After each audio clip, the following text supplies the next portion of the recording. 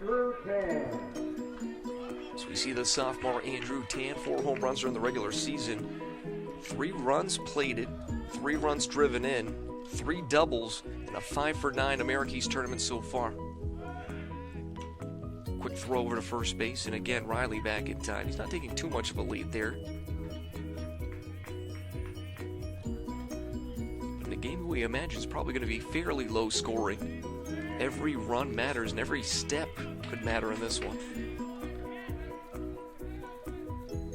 First pitch, just missing the outside part of the plate. I think sometimes too with those pickoff throws, they serve as kind of a mental break for the pitcher. You toss it over, don't have to step off and delay the game in that manner. Also reminds the base runner that you are thinking about him. That a called strike after Tan sort of backed away from it.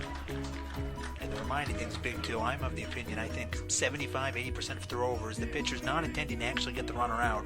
They just wanted to let him know, hey buddy, I know you're there. One pitch missing as Proto has to come out of the crouch. You mentioned it earlier, Proto has been one of the better defensive catchers we've seen here. Though to be fair, I think every team has brought a really skilled defensive catcher. That is very true. This one fouled back and out of play. 2-2 now the count. Beautiful look at the skyline there. Sorry to cut you off. It's absolutely stunning out there. A little orangish hue with the blue sets up above it as well. The 2-2. Pop-up. Looks to be shallow center field. Ranging in is Syracuse. It's going to be called off by Hernandez. No advancement by... Luckily that one, it didn't seem to collect anyone. I don't believe it did. If it did hit someone, my apologies to whoever's in a lot of pain right now.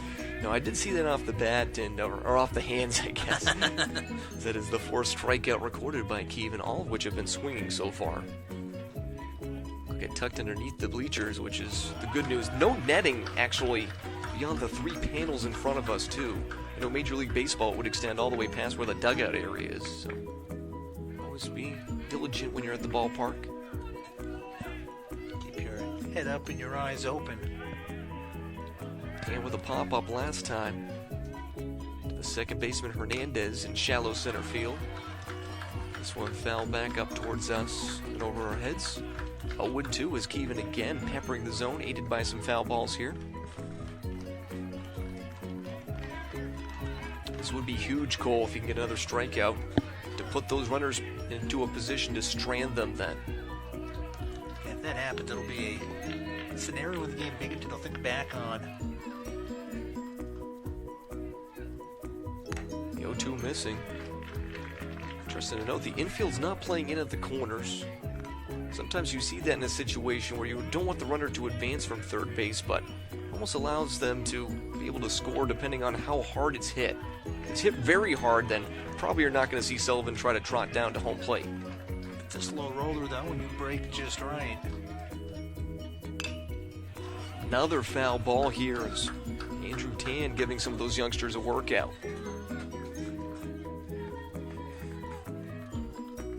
See here, 0-for-1 performance for Andrew Tan so far with runners in scoring position.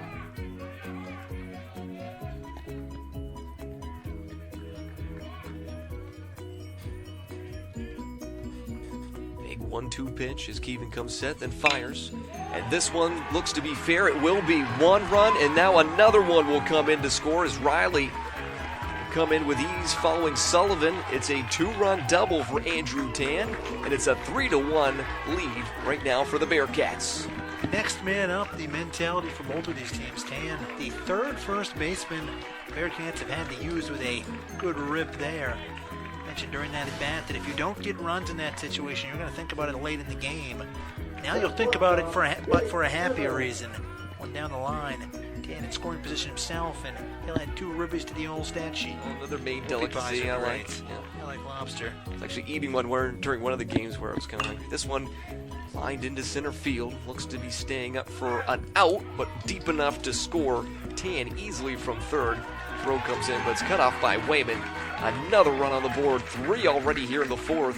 And speaking of 4, 4-1 is the Binghamton lead. That logic is good anyways, but I think Wayman had lost in the lights. It happens so often when a player will range over, stop where they think the ball is, and you reach back the direction they came from, and that's what would happen there. You can see right here, Wayman's turning. He's a long way from where that ball lands, so good heads-up play there by his fellow infielder, I should say, to get over there, call him off, and make the catch.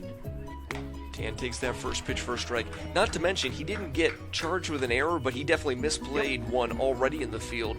He does have an error from a game prior, but also made a great catch right in his dugout. He was literally leaning over the rail to make a catch, so he's had some really good ones. He's had some not so good ones, but Hernandez, good job there backing it up. That's a good point. That catch Wayman made, running into the dugout railing, is one of the plays that really stands out. We saw it in the pregame montage.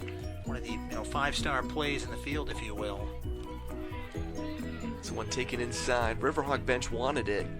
So did Keevan on the mound. He struck a pose at the end of that one. Instead, it'll be a 2-1 count on the 80th pitch. Here's 81. This one, if it stays fair, it's going to be trouble, and it will. Stays the right side of the line. It'll be extra bases here for Andrew Tan. Throw wide of the bag. And that's the second consecutive double for Andrew. This one over the glove of Hernandez. They're going to send the runner around. Tan will score with ease. The throw to third is in time. They are going to say Tan got to home before the tag out, so an insurance run for the Bearcats on the RBI by Colin Mason. As we go to the seventh, it's 5-1 Binghamton. Then when he was happy I'm on first, I'm not going to worry about anything else. This one grounded weakly down the third base side. Bade comes up with it. Little stretch by Tan, but no problem. That's the first down. Did not play number 6 ranked Hartford before they were eliminated, but they were hoping to add number 2 Binghamton, but right now it has eluded them here, down by 6. 7, 8, 9 due up here for the Bearcats. First pitch called strike here to Andrew Tan. 2 for 3, and this could be a good one for the record books for Tan, right? If he gets a base hit, maybe some possible record. My math here, he's going to need a hit, and then I think it'll be close. This one might not do it, though, unless it's misplayed or it's dropped. Nope, it'll be an out. Wayman goes over and gets that one for the first out here in the inning. So I think it was you that said a little bit ago here. I know we both made the point, but I think you wanted to phrase it that way. You want to go out there and try to have a 1, 2, 3, and you don't want the runs on the board. Then I started counting for no reason. You want to keep it where it's at.